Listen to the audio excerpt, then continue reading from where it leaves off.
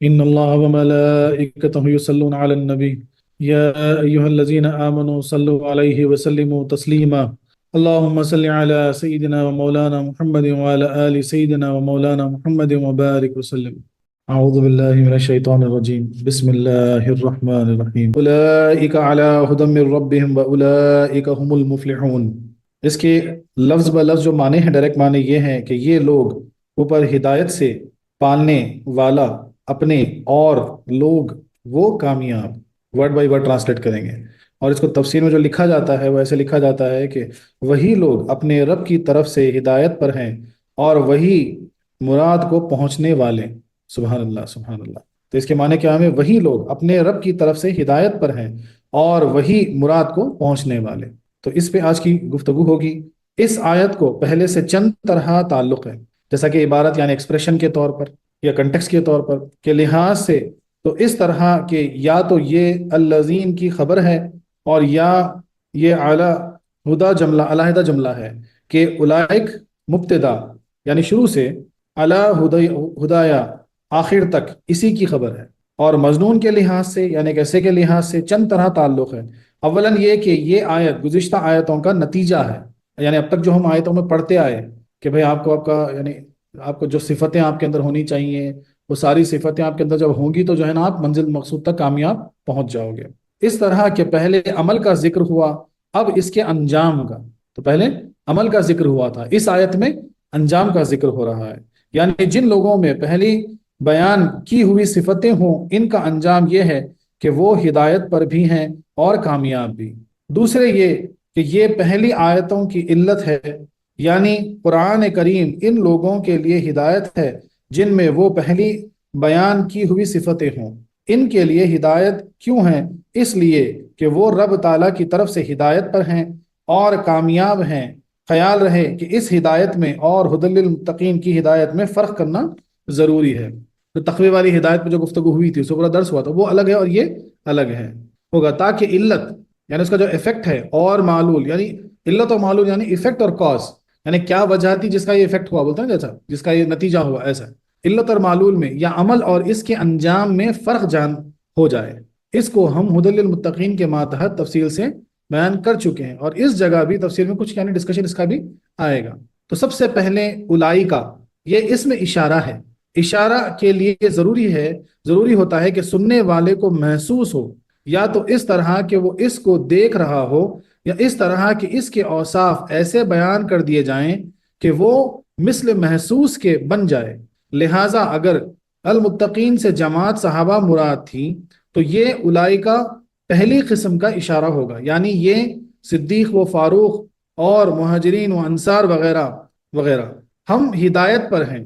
اور اگر عام جماعت متقین مراد ہیں تو یہ اشارہ ذہنی ہوگا، یعنی قیامت تک کے وہ لوگ جن کی یہ صفتیں ہیں وہ ہدایت پر ہیں. لیکن چونکہ ہماری نگاہوں سے جماعت صحابہ کرام بھی غائب ہیں، اس لیے ہمارے لیے ذہنی ہی ہوگا. اس اشارے میں سارے گزرے ہوئے اور موجودہ اور آئندہ پرہیزگار شامل ہیں. یعنی یہ صرف اگر صحابہ کرام کی طرف اشارہ ہوتا تو پھر بات کچھ اور ہوتی، لیکن اس میں ہماری نظر سے، کیونکہ آج صحابہ کرام ہماری نظر میں نہیں ہے اور بہت سارے جو گزر گئے وہ ہماری نظر میں نہیں ہے، جو آنے والے ہیں وہ ہماری نظر میں نہیں ہے، تو ہم یہ مان کے چلیں گے ذہنی اعتبار سے کہ اولئک کے اندر ہم یہ مان کے چلیں گے کہ اس میں سب وہ شامل ہے جو گزر گئے، جو اب ہیں اور جو آنے والے ہیں، وہ سب اس میں شامل ہیں. الا ہدل یعنی الا ہدیا میں الا اس لیے بڑھایا گیا کہ الا غلبے کے لیے آتا ہے، جسے کہتے ہیں کہ میں مثال کے طور پہ کہ زید سواری پر ہے، یعنی وہ سواری زید کے قبضے میں ہے. اسی طرح اس میں اس طرف اشارہ ہے کہ وہ لوگ ہدایت پر غالب ہیں اور یہ ہدایت ان کے قبضے میں آ چکی ہے کہ انشاءاللہ وہ ان سے چھوٹ نہیں سکتی، کیونکہ وہ ان کے رب کا عطیہ ہے اور وہ ہمیشہ اس کو مضبوطی سے پکڑے رہتے ہیں. نفس اور شیطان اور دنیاوی تفکرات اور دیگر راحتیں مصیبتیں ان کو اس ہدایت سے ہٹا نہیں سکتی، اور وہ ان تمام سے اس طرح گزر جاتے ہیں جیسے کہ کشتی دریا سے. سبحان اللہ سبحان اللہ. اور ہدا کے نگراں ہونے سے معلوم ہوا کہ وہ تمامی قسم کی ہدایتوں پر ہیں.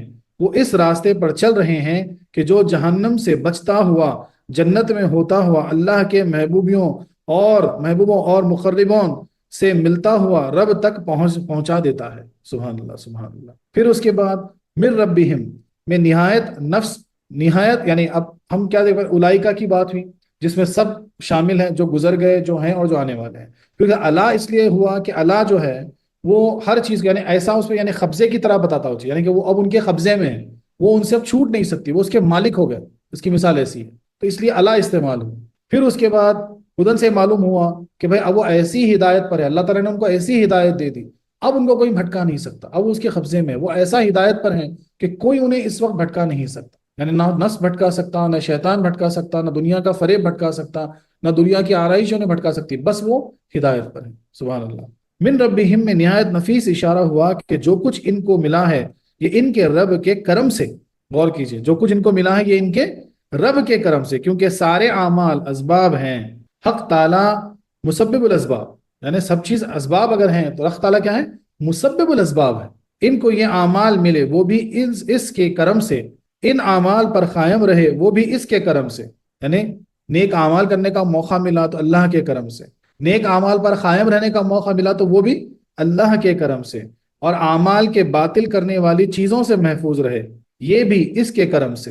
سبحان اللہ سبحان اللہ۔ اور انہیں جو مقبولیت حاصل ہوئی وہ بھی اس کے کرم سے۔ سبحان اللہ سبحان اللہ۔ دیکھو کیا پیاری بات ہے، اگر ہم کچھ اچھا کر دیتے تو فوری اس کا نا ہم اس کا یعنی وہ لے لیتے کہ بھائی دیکھو ہم کرے اس لیے ہوا، مثال کے طور پر، لیکن یہاں کیا فرما رہے ہیں کہ سب سے پہلی چیز نیک اعمال کی ہدایت اللہ کی طرف سے، پھر اس کے بعد نیک اعمال کروانا وہ اللہ کے فضل سے، پھر اس کے بعد اس نیک اعمال کو کرتے ہوئے رکھنا وہ اللہ کے کرم سے، اور پھر ایسا کوئی کام ہم سے نہ ہو جائے جس سے وہ سارے نیک اعمال ضائع ہو جائیں، اس سے بچا کے رکھنا یہ بھی اللہ کے فضل سے۔ سبحان اللہ سبحان اللہ۔ وَأُولَٰئِکَ جو دوبارہ آیا پھر سے اولئک دوبارہ اس لیے لایا گیا کہ پہلے متقیوں کی دو قسم کی صفتیں بیان ہوئی تھی، ایک تو ایمان بالغیب، نماز کا قائم کرنا، راہ الہی میں خرچ کرنا، دوسرے تمام آسمانی کتابوں پر ایمان لانا اور آخرت کا یقین کرنا۔ یہی صفتوں کے لحاظ سے وہ ہدایت پر ہوئے، اور دوسری صفتوں کے لحاظ سے کامیاب یہ بھی ہو سکتا ہے کہ پہلی صفتیں عام مسلمانوں کی تھیں اور دوسری صفتیں علماء کرام وغیرہ کی ہم کی، تو اب یہ کہا گیا کہ عام مسلمان ہدایت پر ہیں اور خاص علماء کرام وغیرہ ہم کا کامیاب، جیسے قرآن کریم نے اس طرح ارشاد فرمایا قد افلح ما تزکہ، کامیاب وہ ہوا جس نے تزکیہ نفس کی۔ سبحان اللہ سبحان اللہ۔ دیکھیں سیدھے سیدھے قرآن پاک کی آیت ہے، قد افلح من تزکہ، یعنی جو پیر کی تعلیم ہوتی کہ جو ہم یعنی بہت پہلے جو ایک گفتگو بھی ہوئی تھی کہ تزکیہ نفس سے ہم کو شروع کرنا ہے، ہم نے اپنے نفس کا تزکیہ کرنا ہے، تو یہاں پہ اللہ تعالیٰ کیا فرما رہے قرآن پاک میں؟ کامیاب وہ ہے جس نے اپنے نفس کا تزکیہ کیا۔ سبحان اللہ سبحان اللہ۔ دوسری جگہ ارشاد فرمایا سورہ یونس میں آیت نمبر 9 میں، ان الذین آمنوا وعملوا الصالحات یہدیہم ربہم۔ سبحان اللہ سبحان اللہ۔ ان آیتوں میں ایمان و عمل کے ساتھ ہدایت کا ذکر ہوا اور صفائی قلب کے ساتھ فلاح یعنی کامیابی کا۔ ان آیتوں میں ایمان و عمل کے ساتھ ہدایت کا ذکر ہوا اور صفائی قلب یعنی صفائی نفس اور صفائی قلب کے ساتھ فلاح یعنی کامیابی حاصل ہوگی۔ تو سیدھی سیدھی بات قرآن میں اللہ تبارک و تعالیٰ ڈائریکٹ جو ہے نا انسٹرکشن دے دی ہے، یہ صرف جو ہے نا خانقاہوں کا صوفیوں کا نظام نہیں ہے، یہ اللہ تبارک و تعالیٰ کا حکم ہے کہ تزکیہ نفس کرو، تزکیہ قلب کرو تاکہ تم فلاح پا جاؤ، تم کامیاب ہو جاؤ۔ پھر اس کے بعد ہم سے معلوم ہوتا ہے کہ کامیابی انہی لوگوں کے ساتھ خاص ہے، یہود و نصارہ جو اپنی کامیابی کے خواب دیکھ رہے ہیں، اس خواب کی تعبیر کبھی ظہور میں نہ آئے گی۔ ان کی حالت اس پیاس کی طرح ہے جو دوپہر میں رہتے کو دریا سمجھ کر اس طرف محبت اور محنت اور مشقت سے جائیں، لیکن وہاں پہنچ کر سخت مایوس ہوں۔ کفار اور مشرکین کے سارے اچھے اعمال کا یہی حال ہے۔ اللہ اکبر۔ یعنی ہوتا نا وہ جو یعنی بہت آپ کو دھوپ کی شدت ہے اور پیاس لگ رہی تو آگ ایسا دیکھے تو دکھتا کہ آگے جو ہے نا ایک صحرا یعنی روڈ پہ یا کہیں پر بھی جو لوگ جو نا دوپہر میں کبھی ٹریول کریں ان کو اندازہ ہے کہ دور ایسا دکھتا کہ جو ہے نا کہ کچھ ہے وہاں پہ، پانی ہے جیسا نظر آتا، اس کو میراج بھی کہا گیا انگلش میں، تو وہ سمجھ کے جو نا اس کی طرف دوڑنے لگتے کہ اب ہم کو مل گیا پانی، اب ہم کامیاب ہو گئے، لیکن جتنا بھی دوڑو وہ کبھی ملتا نہیں، حاصل نہیں ہوتا، وہ جو ہے نا فیل ہی ہو جاتا، مایوس ہو جاتے ہو۔ تو یہ جو یہودی نصارہ جو آج اس خیال میں ہے، اس خواب و گمان میں ہے کہ ہم پالیں گے، ہم کو وہ مقام ملے گا، وہ اسی طرح مایوس ہوں گے کیونکہ ان کا جو دعویٰ ہے وہ کھوکھلا ہے۔ اس کے بعد المفلحون یہ فلاح سے بنا ہے، فلاح کے لغوی معنی ہیں چیرنا اور کھلنا اور خطا کرنا، اسی لیے کسان کو فلاح کہتے ہیں، کیونکہ زمین کو چیرتا ہے۔ اصطلاح میں فلاح کے معنی ہیں کامیابی، کیونکہ وہ بھی آڑوں اور پردوں کو چیر کر مشکلات کو دفع کر کے حاصل کی جاتی ہے۔ یعنی کسی بھی کامیابی کے لیے آپ بہت محنت کرتے ہیں، بہت مشقت کرتے ہیں، اس کے بعد جو ہے نا آپ کو کامیابی حاصل ہوتی۔ اس لیے فلاح کے معنی کیا ہے؟ کامیابی کے ہیں۔ اور دوسرے معنی بھی ہیں کہ بھئی چیرنا، ظاہر ہونا، کوئی چیز سے نکل کے باہر آنا۔ معنی یہ ہوئے کہ اس قسم کے لوگ دنیا اور برزخ اور آخرت ہر جگہ کامیاب ہیں۔ سبحان اللہ، سبحان اللہ۔ خیال رہے کہ ہدایت و کامیابی سے مراد دنیا کی ہدایت و کامیابی ہے، تو معنی یہ ہے کہ یہ لوگ دنیا میں اچھے عقیدوں پر ہیں اور اچھے اعمال کی توفیق والے ہیں، امیری، فقیری، سلطنتی و غریبی ہر حال میں کامیاب ہیں۔ اللہ تعالیٰ نے جو حال آپ کو نواز دیا اس میں آپ کامیاب ہیں۔ تو یہاں پہ ایک چیز ہم کو سمجھ میں آتی کہ ہر حال میں اللہ کا شکر ادا کرنا اور اس پہ راضی رہنا، یہ کس کی صفت ہے؟ یہ جو کامیاب لوگوں کی صفت ہے۔ اور ہر بات پہ جو ہے نا کہ ہمارے پاس یہ نہیں ہے، ہم کو وہ نہیں ملا، ان کو وہ ملا، ہم کو یہ نہیں ملا، ان ساری باتوں میں جو الجھ جاتے ہیں اور زندگی ناشکری میں گزارتے ہیں، تو وہ لوگوں کے لیے اشارہ نہیں ہے۔ یہ کامیابی کا اشارہ ان لوگوں کے لیے ہے جو فقیری میں، امیری میں، غریبی میں، سلطنت میں، ہر صفت میں جو ہے نا اللہ سے راضی رہتے ہیں، اللہ کا شکر ادا کرتے ہیں۔ اگر برزخ کی ہدایت و فلاح مراد ہے تو معنی یہ ہے کہ مرتے وقت حسن خاتمہ اور قبر میں سوالات کے جوابات کی ہدایت پر ہے، پھر برزخی نعمتوں سے کامیاب ہے۔ یعنی اگر برزخ کی طرف اشارہ ہے، یعنی موت کی طرف، موت کے بعد کی زندگی کا اشارہ ہے اس میں، تو یہ ہوگا کہ بھائی خاتمہ بالایمان ہوگا، یعنی خیر پہ خاتمہ ہوگا، اور خبر کے سوال جواب جو ہے نا وہ آسانی سے گزر جائیں گے۔ اگر قیامت کی ہدایت و فلاح مراد ہے تو مطلب یہ ہے کہ قیامت میں سوالات ملائکہ کے جوابات کی ہدایت پا لیں گے، پھر رب کی مغفرت سے کامیاب ہوں گے۔ سبحان اللہ۔ اور اس میں اگر قیامت کی طرف اشارہ ہے تو وہ اشارہ یہ ہے کہ بھئی جو ملائکہ کے سوال، یعنی آخرت میں جو سوال ہونے والے ہیں ان کے جوابات مل جائیں گے، اور آخر میں جو ہے نا رب تعالیٰ کی مغفرت حاصل کر لیں گے۔ تو یہ جو ہے نا ایک یعنی الفاظ کے اعتبار سے تفسیر بیان کی۔ اب یہاں پہ تفسیر صوفیہ اکرام فرماتے ہیں کہ متقی کی مثال اس شخص کی طرح ہے جو ایک میدان میں جا رہا ہے جس میں جگہ جگہ کانٹے اور انگارے، غار اور پھسلنے ہیں۔ یعنی ایک مثال پیش کر کے بھائی آپ ایسی جگہ سے گزر رہے، ایسے میدان سے آپ گزر رہے ہیں جہاں بہت سارے کانٹے وغیرہ پڑے ہوئے ہیں، جگہ جگہ بہت جگہ پہ جو ہے نا انگارے پڑے ہوئے ہیں، آگ کے انگارے پڑے ہوئے ہیں، اور بہت جگہ جو ہے نا غاریں ہیں جس میں تم گر سکتے، بہت جگہ پھسلنے ہیں جہاں پہ آپ پھسل جائیں گے، ایسی جگہ سے آپ گزر رہے ہیں۔ تو وہ عقل مند بہت احتیاط سے اپنے کو کانٹوں اور غاروں وغیرہ سے بچاتا ہوا اور صاف جگہ پر قدم رکھتا ہوا لالٹین سے کام لیتا ہوا چلا جا رہا ہے۔ لالٹین یعنی قندیل جس کو کہتے ہیں نا، کینڈل۔ تو ایک قندیل کی روشنی میں وہ کافی، عقل مند کے لیے وہ بھی کافی ہے ہر چیز سے بچنے کے لیے۔ وہ اپنے آپ کو کانٹوں سے بچا رہا، وہ اپنے آپ کو جو ہے نا انگاروں سے بچا رہا، وہ اپنے آپ کو غاروں میں گرنے سے بچا رہا، وہ اپنے آپ کو جو ہے نا پھسلنے سے پھسلنے میں بچا رہا، اور آہستہ آہستہ اپنا سفر طے کر رہا۔ یہ شخص انشاءاللہ ہدایت پر بھی رہے گا اور منزل مقصود کو بھی جلد پا لے گا۔ حالانکہ دکھ رہا کہ وہ آہستہ جا رہا ہے لیکن حقیقت میں وہ منزل تک پہنچ جائے گا۔ دوسرا وہ شخص ہے کہ جس کے پاس کوئی روشنی نہیں، جس کے پاس کوئی لالٹین یا کینڈل نہیں جس سے وہ ان مصیبتوں کو دیکھ سکے اور اس کٹھن راستے کو طے کر سکے۔ یہ شخص کبھی منزل مقصود کو نہیں پا سکتا، یا تو کسی غار میں گر کر ہلاک ہوگا، اگر آگ میں پڑ گیا تو جل گیا۔ یعنی ایک شخص ایسا ہے کہ جس کے پاس کوئی روشنی نہیں ہے اور اس کو وہ راستہ طے کرنا ہے، تو حتی الامکان یعنی ہو سکتا کہ جو ہے نا وہ منزل تک پہنچ ہی نہ پائے، ہو سکتا نہیں بلکہ نہیں پہنچ سکتا۔ ہوگا کیا کہ اندھیرے میں جیسا پیر رکھا تو ہو سکتا کانٹے پہ رکھ دے، ہو سکتا انگاروں میں جا کے گر جائے اور جل جائے، جھلس جائے، یا ہو سکتا کوئی غار میں گر کے جو ہے نا فوت ہو جائے۔ تو یہ شخص کبھی منزل مقصود تک پہنچ نہیں سکتا۔ تیسرا وہ شخص ہے جس کے پاس روشنی تو ہے لیکن وہ چلنے میں بے احتیاطی کرتا ہے، اس طرح کہ آگ اور غار سے تو بچتا ہے لیکن کانٹوں کا خیال نہیں رکھتا۔ یہ شخص اگرچہ منزل مقصود تک پہنچ جائے گا لیکن زخمی ہو کر اور بہت دیر کے بعد۔ تو تیسرا شخص وہ ہے کہ بھئی اس کے پاس بھی ہے روشنی لیکن جو ہے نا وہ بد احتیاط ہے، وہ چلنے میں تو غار سے اور آگ سے تو بچ جا رہا لیکن کر رہا کیا معلوم ہے، کانٹوں میں جلس جا رہا، کبھی کبھی کانٹوں میں اس کا پیر رکھ دے تو اس سے زخمی ہو گیا، حالانکہ پہنچ تو جائے گا منزل پر لیکن بہت زخمی حالت میں پہنچے گا اور بہت دیر سے پہنچے گا۔ تو یہ تین لوگوں کی مثال ہوئی۔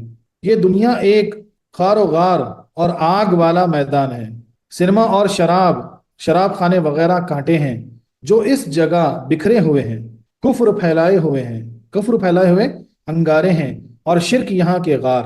اب جو مثال پیش ہوئی اصل میں وہ دنیا اعتبار سے وہ کیا مثال ہے اس کو سمجھے۔ یہ دنیا خار و غار اور آگ کا ایک میدان ہے، سنما اور شراب یعنی جو آج کل جو سوشل میڈیا ہے، آج کل جو آن لائن کا مسئلہ ہے اس طرف اشارہ ہے، اور شراب وغیرہ یہ سب کانٹے ہیں جو اس جگہ بکھرے ہوئے ہیں، کفر پھیلائے ہوئے انگارے، جو کفر ہے جو آپ کو ایمان سے ختم کر دیتے وہ انگارے ہیں، اور شرک یہاں کے غار، ایسے غار جہاں پہ یا اللہ میں کسی کو شریک ٹھہرا دیتے ہیں وہ شرک کے غار ہیں۔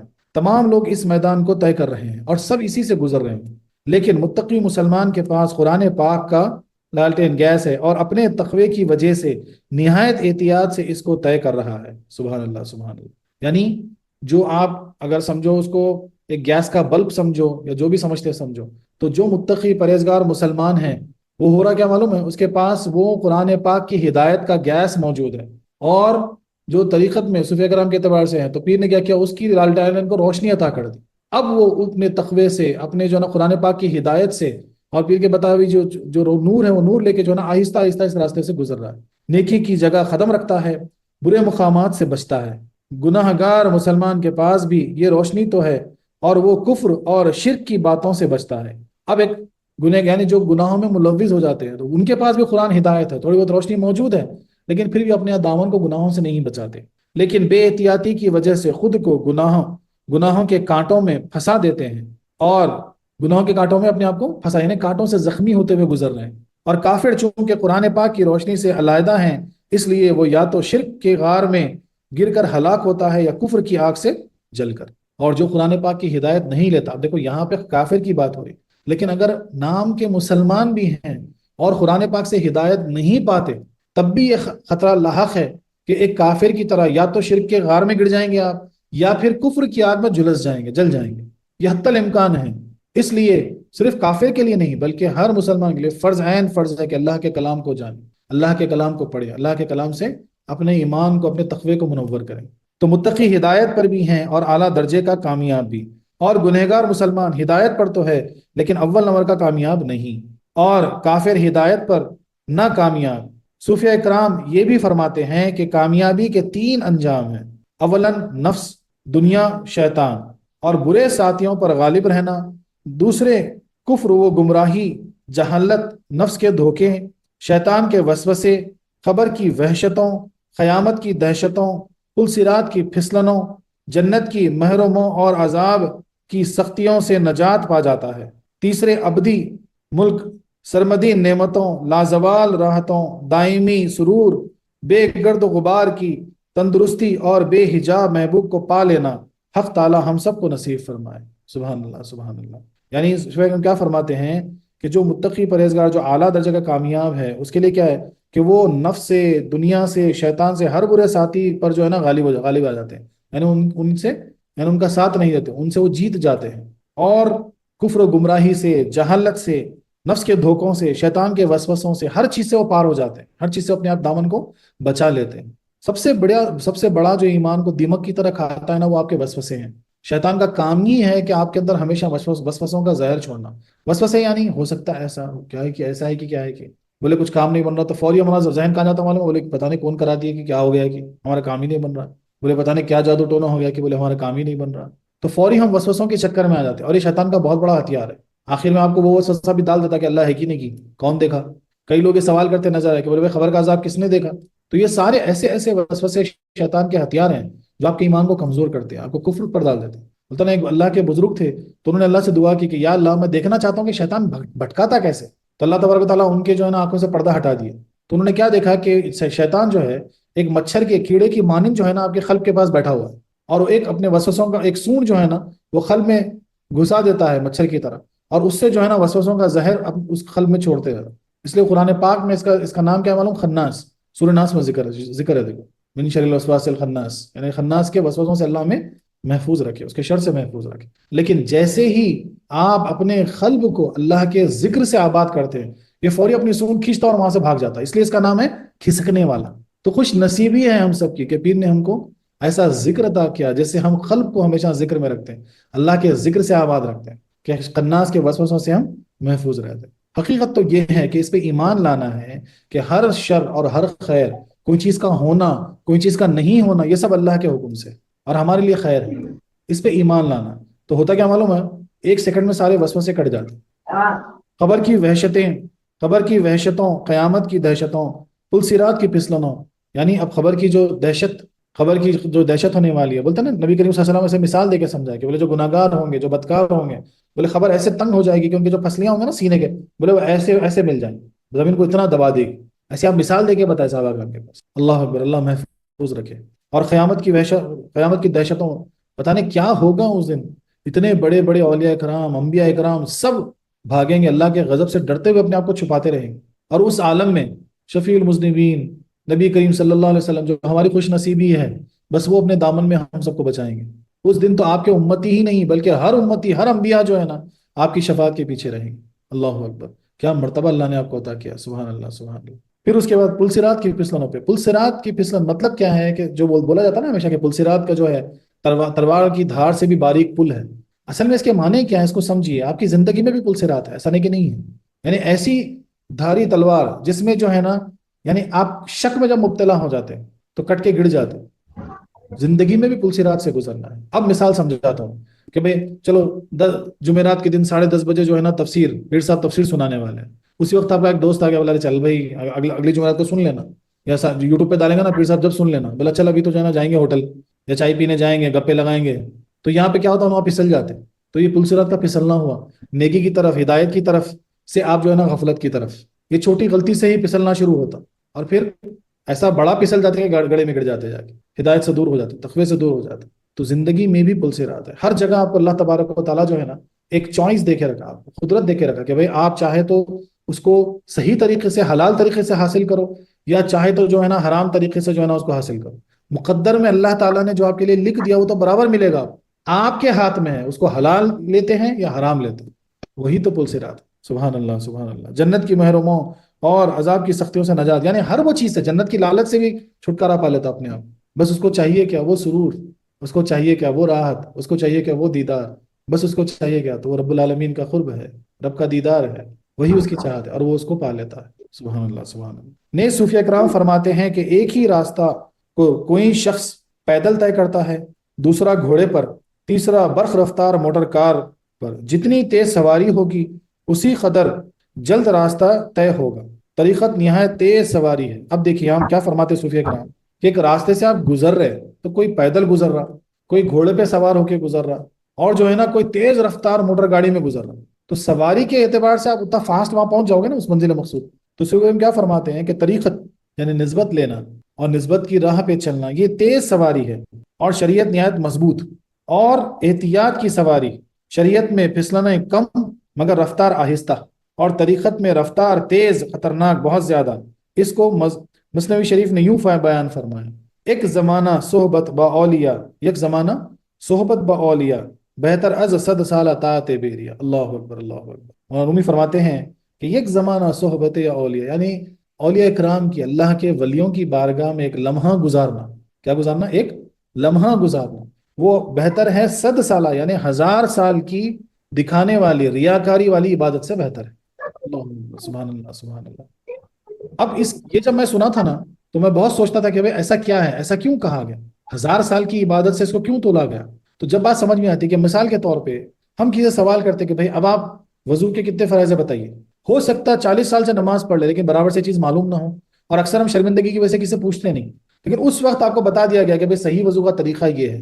لگا تو ایک لمحہ ہی، لیکن ہوا کیا معلوم ہے؟ اب آنے والے آپ کے 1000 سالوں کی عبادت جو ہے نا، 1000 راتوں کی عبادت جو ہے نا، وہ سنبھل گئی، وہ اچھی ہو گئی. سبحان اللہ، سبحان. اسی طریقے سے کوئی صحیح نیت کا طریقہ آپ کو سکھا دے.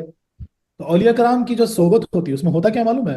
ولی اللہ کی جو صحبت ہوتی ہوتا کیا اسے معلوم ہے کہ آپ کی یعنی پرسنالٹی اور کیریکٹر دونوں سنور جاتے ہیں. یعنی ایک مثال سے میں سمجھاتا ہوں کہ ہم بہت اچھے سے اپنے آپ کو سجا لیتے ہیں، بہت اچھے کپڑے پہن کے، بہت اچھا سجا سنور کے جو ہے نا ہم عبادت کے لیے بیٹھتے ہیں.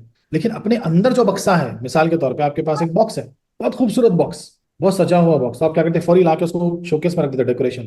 پھر دل چاہتا ہے کہ وہ کھول کے دیکھتے ہیں اس کو کیا ہے اس کے اندر. تو جیسے باکس نکال کے آپ کھولے نا تو اندر گوبر ہے. کیا کریں گے آپ؟ اندر غلاظت ہے. کتنا بھی خوبصورت باکس ہو لے جا کے اس کو کچرے میں پھینک دیتے ہیں آپ، کوڑے دان. تو اس وجہ سے اولیاء اکرام کی صحبت جو ہوتی ہے وہ اندر کی گندگی کو پاک کرتی. اندر اگر غلاظت بھر کے، اپنے اندر جو ہے نا بہت ساری غلاظتیں بھر کے، باہر کتنا بھی بن ٹھن کے بیٹھو، اندر کی جب تک گندگی دور نہ ہو وہ خوشبو پیدا نہیں ہوگی، وہ نور نہیں چمکے گا. اس لیے مولانا فرماتے ہیں کہ وہ اولیاء اللہ کی صحبت کا ایک لمحہ جو ہے وہ دکھاوٹ والی یا ریاکاری والی 1000 رات کی عبادتوں سے، 1000 سال کی عبادتوں سے بہتر ہے. سبحان اللہ، سبحان اللہ. یعنی اللہ والوں کی ایک عام صحبت 100 برس کی خالص عبادت سے بہت زیادہ نافع ہے۔ نیز شریعت میں اپنے آپ جاننا ہوتا ہے، اور طریقت میں کسی اور کی طرف سے کشش ہوتی ہے، یعنی شریعت میں کیا ہے، اپنے آپ کو ڈھکلنا پڑتا ہے ہر چیز کے لیے۔ طریقت میں کیا ہوتا ہے کہ وہ نظر ہو جاتی ہے نا نسبت کی، وہ بھی آپ کو کھینچتی ہے، وہ کشش آپ کو کھینچتی ہے نیکی کی طرف، اچھائی کی طرف۔ توحیدی سے مراد شریعت پر چلنا ہے، اور فلاح سے مراد کامیابی کا اپنی طرف کھینچنا ہے۔ صوفیہ فرماتے ہیں یعنی شریعت کے کیا ہے، فلاح یعنی فلاح کی طرف چلنا، کامیابی کی طرف چلنا ہے، اور طریقت کیا ہے، وہ اپنے کو آپ کو کھینچ لیتی ہے کدھر، کامیابی کی طرف، فلاح کی طرف۔ صوفیہ کرام فرماتے ہیں کہ جو شخص نیک اعمال کی آگ سے اپنے وجود کے حجاب کو جلا دیتا ہے اور دنیا سے نگاہ پھیر کر آخرت کا مشاہدہ کرتا ہے، تو اس کو رحمت ربانی اپنی طرف اس طرح جذب کر لیتی ہے کہ وہ رحمت جذب اور یہ مجذوب، بلکہ یوں کہیں کہ وہ طالب اور یہ مطلوب ہوتا ہے۔ اس کلام کی کوئی انتہا نہیں، یہ حال ہے، اس کو خال سے بیان نہیں کیا جا سکتا۔ سبحان اللہ، سبحان اللہ، یعنی اس کو اللہ کی رحمت ایسے کھینچ لیتی ہے کہ پھر اب اس کا جو تجربات ہوتا ہے، اس جو حال میں وہ چلے جاتا نا، وہ لفظوں میں بیان نہیں ہو سکتا، وہ اللہ ہی بہتر جانے وہ کیا اللہ تعالیٰ اس کو عطا کرتے ہیں، کیا نوازشیں ان کو ملتی ہیں۔ سبحان اللہ، سبحان اللہ۔ اب یہاں پر یعنی جو پورا جو آپ کو جو مغز جو سمجھایا گیا، ایک جو ہے نا تفسیر کے اعتبار سے، معنوں کے اعتبار سے سمجھایا گیا، اور ایک ہے کہ اس کا جو اصل معنی ہے، باطنی معنی، جو صوفیہ کرام فرماتے ہیں، وہ ایک مثال سے ہم کو سمجھا دی کہ بھئی یہ دنیا اگر ایسا میدان سمجھو جس میں یہ ساری چیزیں موجود ہیں، اور اپنے دامن کو بچا کے آہستہ آہستہ یہاں سے نکل جانا ہے تاکہ ہم کامیابی کی طرف پہنچ جائیں۔ وآخر دعوانا أن الحمد لله رب العالمين.